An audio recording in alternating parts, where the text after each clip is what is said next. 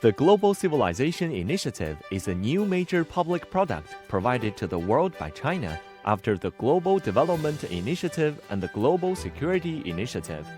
It emphasized that tolerance, coexistence, exchanges, and mutual learning among different civilizations play an irreplaceable role in advancing humanity's modernization. An Iranian political party leader speaks highly of the Global Civilization Initiative and believes that the new initiative highlights both diversity and unity. و رهبر چین بحث تمدن و تمدن جهانی رو میکنه، ما بسیار خوشحالیم و انسان‌ها دعوت بشن به اینکه هر کس هر تمدنی داره، فرهنگی داره، در این سبد جهانی تمدن بگذاره و بعد هم همه با هم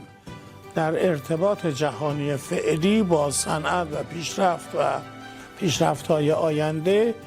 همه با هم به سوی یک تمدنی بریم